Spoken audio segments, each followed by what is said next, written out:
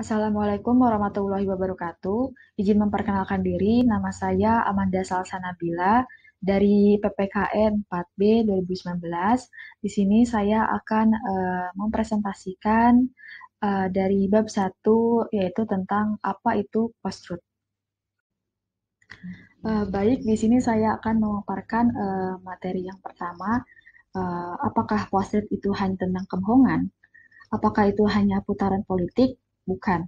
Seperti yang disajikan dalam perdebatan saat ini, kata pasca kebenaran adalah normatif yang tidak dapat direduksi. Ini adalah ekspresi keprihatinan oleh mereka yang peduli dengan konsep kebenaran dan merasa bahwa itu sedang diserang. Konsep kebenaran dalam filsafat Plato yang memperingatkan bahwa tentang bahaya klaim palsu terhadap pengetahuan, ketidaktahuan. Menurut Socrates itu dapat diperbaiki jika seseorang itu tidak tahu, lalu ia dapat diajari. Ancaman yang lebih besar datang dari mereka yang memiliki keangkuhan untuk berpikir bahwa mereka telah mengetahui kebenaran, karena dengan demikian seseorang mungkin cukup terburu-buru untuk bertindak berdasarkan kepalsuan. Penting pada titik ini untuk memberikan setidaknya definisi minimal tentang kebenaran. Mungkin yang paling terkenal adalah Aristoteles yang mengatakan apa yang bukan atau apa yang bukan adalah salah. Sementara mengatakan apa adanya dan apa yang bukan bahwa itu tidak benar. Secara alami, para filsuf telah berjuang selama berabad-abad mengenai apakah pandangan korespondensi semacam ini benar, di mana kita menilai kebenaran suatu kenyataan hanya dengan seberapa cocoknya dengan kenyataan. Untuk saat ini, pertanyaannya bukanlah apakah kita memiliki teori kebenaran yang tepat, tetapi bagaimana memahami berbagai cara orang menemukan kebenaran. Sebagai langkah awal, penting untuk mengakui bahwa kita terkadang membuat kesalahan dan mengatakan hal-hal yang tidak benar tanpa bermaksud melakukannya. Dalam hal ini, seseorang mengucapkan kebohongan sebagai lawan dari kebohongan, karena kesalahan itu tidak disengaja. Langkah selanjutnya di luar ini adalah ketidaktahuan yang disengaja, yaitu ketika kita tidak benar-benar tahu apakah sesuatu itu benar, tapi kita tetap mengatakannya, tanpa repot-repot meluangkan waktu untuk mencari tahu apakah informasi kita benar.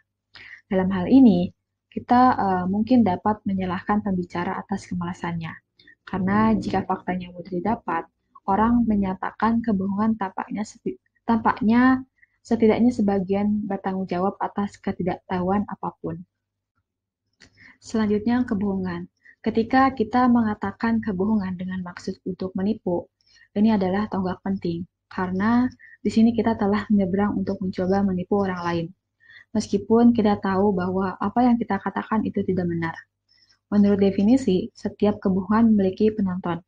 Kita mungkin tidak merasa bertanggung jawab untuk mengucapkan kebohongan jika tidak ada yang mendengarkan, atau jika kita yakin tidak ada yang akan mempercayainya.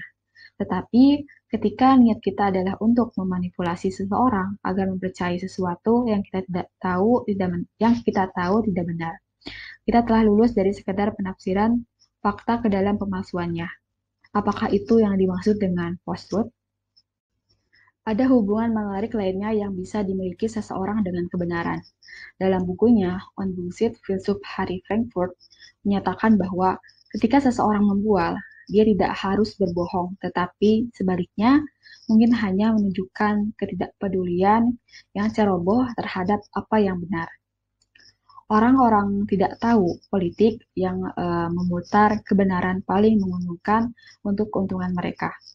Mengetahui sepenuhnya atau bersama dengan kebanyakan orang lain bahwa ini adalah apa yang mereka lakukan. Bukan hanya omong kosong, karena ada niat yang jelas untuk mempengaruhi orang lain. Namun, pasca kebenaran juga ada dalam bentuk yang lebih ganas. Ini adalah saat penipuan diri dan delusi terlibat dan seseorang benar-benar percaya ketidakbenaran yang hampir semua sumber yang kredibel akan membantahnya. Dalam bentuknya yang paling murni, post-truth adalah ketika seseorang berpikir bahwa reaksi orang banyak benar-benar mengubah fakta tentang sebuah kebohongan. Jika seseorang menyatakan bahwa kebenaran itu tidak penting atau bahwa tidak ada yang namanya kebenaran, itu tidak yakin banyak bisa kita katakan kepada mereka. Tapi apakah itu yang dimaksud dengan fenomena post-truth? Jika kita melihat definisi Oxford dan bagaimana semua ini dibandingkan dalam debat publik baru-baru ini, kita akan merasakan bahwa pasca kebenaran bukanlah klaim bahwa kebenaran tidak ada karena fakta-fakta berada di bawah titik politik kita. Melihat dari definisi Oxford berfokus pada apa pasca kebenaran adalah gagasan bahwa perasaan terkadang lebih penting daripada fakta. Tapi sama pentingnya adalah pertanyaan berikutnya, itulah mengapa hal ini pernah terjadi. Seseorang tidak membantah fakta yang jelas atau mudah dikonfirmasi tanpa alasan. Dia melakukannya ketika itu untuk keuntungannya. Ketika keyakinan seseorang terancam oleh fakta yang tidak menyenangkan, terkadang lebih baik untuk menantang fakta tersebut.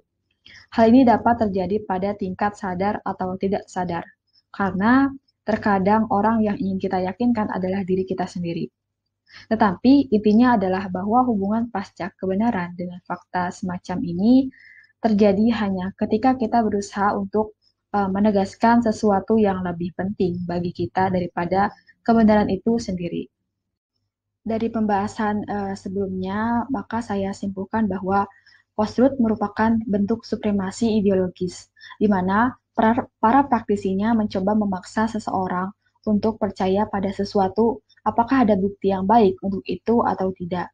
Dan ini adalah resep untuk dominasi politik. Ketika keyakinan seseorang terancam oleh fakta yang tidak menyenangkan, terkadang lebih baik untuk menantang fakta tersebut. Selanjutnya, langkah pertama dalam memerangi pasca kebenaran adalah memahami asal-usulnya. Bagi sebagian komentator, gagasan tentang post-truth mungkin muncul begitu saja di tahun 2016. Tetapi bukan itu masalahnya. Kata post-truth mungkin telah mengalami peningkatan baru-baru ini sebagai akibat dari Brexit dan pemilihan Presiden Amerika Serikat, tetapi fenomena itu sendiri memiliki akar yang dalam sejak ribuan tahun yang lalu, hingga evolusi irasionalitas kognitif yang dimiliki oleh kaum liberal dan konservatif sama. Seperti yang disarankan sebelumnya, ia juga berakar pada perdebatan akademis tentang ketidakmungkinan kebenaran objektif yang telah digunakan untuk menyerang otoritas sains. Dan semua ini telah diperburuk oleh perubahan baru ini dalam landscape media.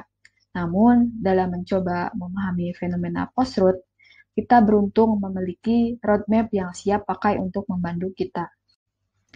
Cukup sekian dari saya. Mohon maaf jika ada kesalahan kata-kata. Saya ucapkan terima kasih. Wassalamualaikum warahmatullahi wabarakatuh.